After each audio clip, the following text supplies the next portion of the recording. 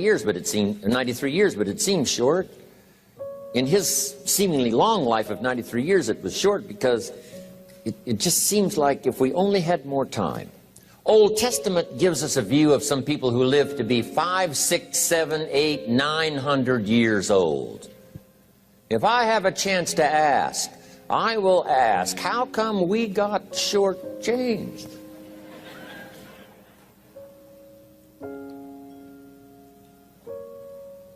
Wouldn't that be a good question if you had a chance to ask? Imagine 700, 800, 900 years to watch generation after generation after generation after generation stay healthy and well. I mean, you gotta be healthy to make it to 900. You gotta take your vitamins.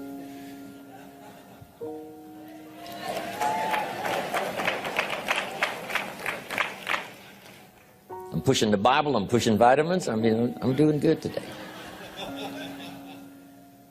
So, the key is time is precious. Now let me give you Bill Bailey's description of time. Life is not just the passing of time.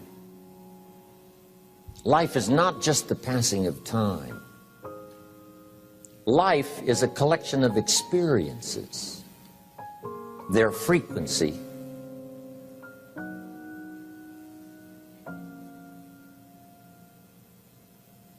and their intensity.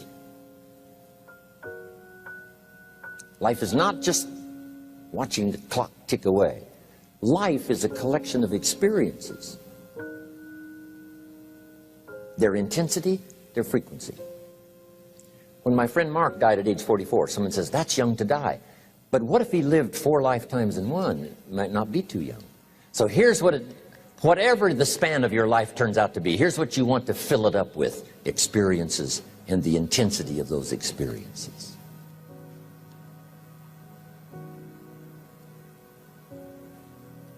But now let's talk about the management of time.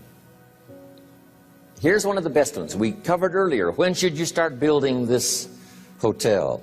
Answer, as soon as you have it finished. Now jot this one down on time management. When should you start the day? As soon as you have it finished. Plan the day the best you can, leaving plenty of room for improvising and surprises and all the stuff that happens during the course of the day. But if you've planned a good, productive day, now you start that day, you can't believe how much more valuable your time will be. Don't start the day until you have it finished. Now here's the next one. Don't start the week until you've had it finished. Now to lay out a week is a pretty good challenge. Next, don't start the month until you have it finished. The places to go and the people to see, and the productivity and the sales and the customers and the development and all the rest of what you want to accomplish during the course of 30 days. Don't start the month till it's finished. And then here's the big one. This is really challenging. Hey, have you ever seen Dragon Ball Z? Or remember that video game Street Fighter where the characters they used to take? Don't start the year until you have it finished. To the best of your ability. It can't be finished like minute by minute. But in terms of the sweep of what you want to accomplish in the year 2002, make sure that that's set and ready to go by the time January 1st rolls around. And it might get all upset, and it might get torn up, and you do a new one. You make so much progress the first 90 days that now you've multiplied it all by 2, by 3. Because that happened to me. I thought, wow, this is going to be a great year. By the time I'd finished the 3rd month, I'm rolling, I'm soaring. So many things are happening, I revised my whole year's plan. Okay. Now, jot this down. Approaches to the management of time. Here's the first one. Ignore the subject. I mean, that's good advice. Don't let anything overly bug you. Because remember now, you don't have to do anything. Someone says, well, I got to get a handle on my time. The answer is no, you don't. If you want to let it all go, you can let it all go. I mean, this is good advice. Somebody says, you ought, you ought, you ought. Jot this down. Ignore all the you oughts or you should. Only if they're giving general information. We should. It's better to say if you're teaching, we should. Not you should, we should. Then you let me listen in without it being too confrontational. If everyone did this, see, that'd be great. And then you give a person a chance to choose to do it or not to do it. But when you start the you ought, now see if I don't, now see we got some tension and maybe some problems. So you oughts seem to always create problems. When you're talking to your kids, you say, no, if kids would do this, not always saying if you did this, life would be better, but if kids did this, life would be better. It's like making a little talk and letting them listen in. And then it's a little less confrontational. It gives us a choice. In one of my seminars, here's what I teach. All life form strives to the max of its potential except human beings. All life form strives to the max of its potential except human beings. How tall will a tree grow? As tall as it possibly can. You never heard of a tree growing half as high as it could. No, trees don't grow half. A tree drives its roots as deep as it can, reaches as high as it can, produces every leaf it can, every fruit it possibly can. To the max. Every life form strives to the max, except human beings.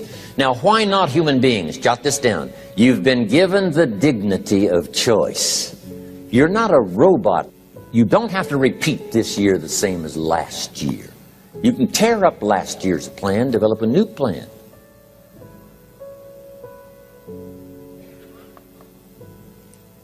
So, the dignity of being a human being. Now, here's the choice on being a human being. To be part of all we were meant to be, or to be all. To strive for all, or half, or part, or some. The choice is up to you. To develop one skill or 10 skills. Someone says, well, I'd be happy with just one more language. Well, some say, hey, I'm going to learn 6 or 7. And this is all a matter of choice. And when someone says, no, you ought to learn 4, you've got to resist all that. Because this is personal dignity. And you don't want to destroy someone's dignity by doing all the oughts, and then they feel reluctant to do it. Now we've got problems. So if you want to, just ignore this subject on time management. Now here's the next one. Step down to something easier.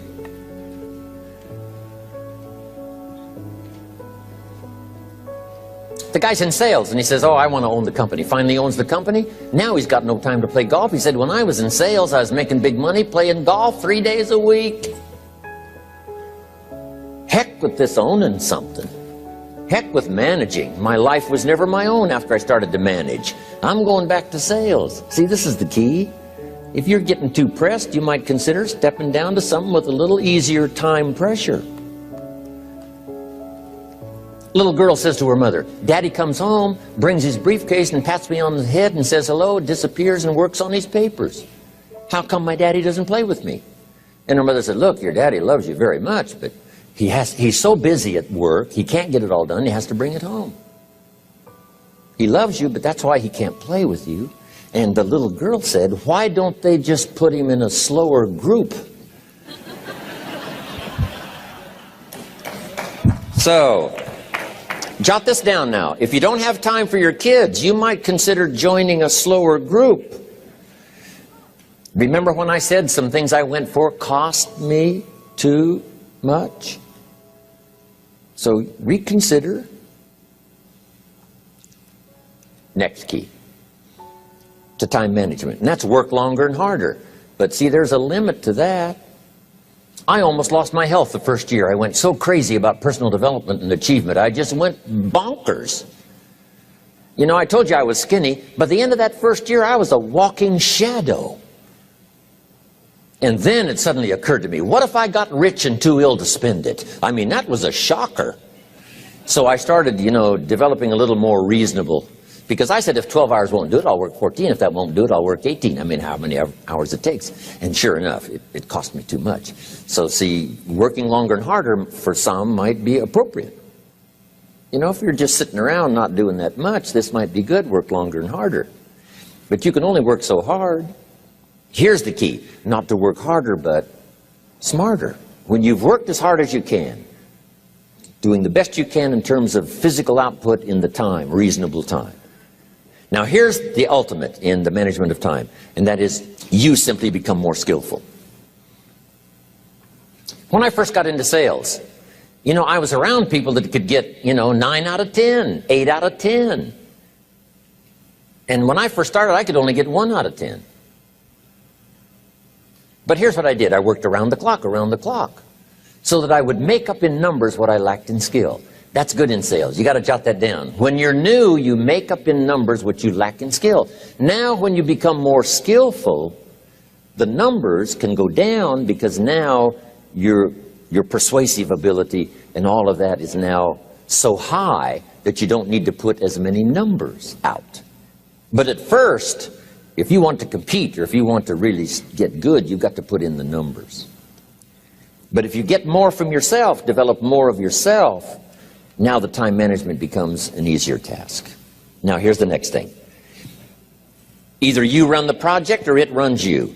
I've found out when you start something, at first you're in charge. All of a sudden, a year later, it's in charge. Some of the companies I started, I'm telling you, I'm in control.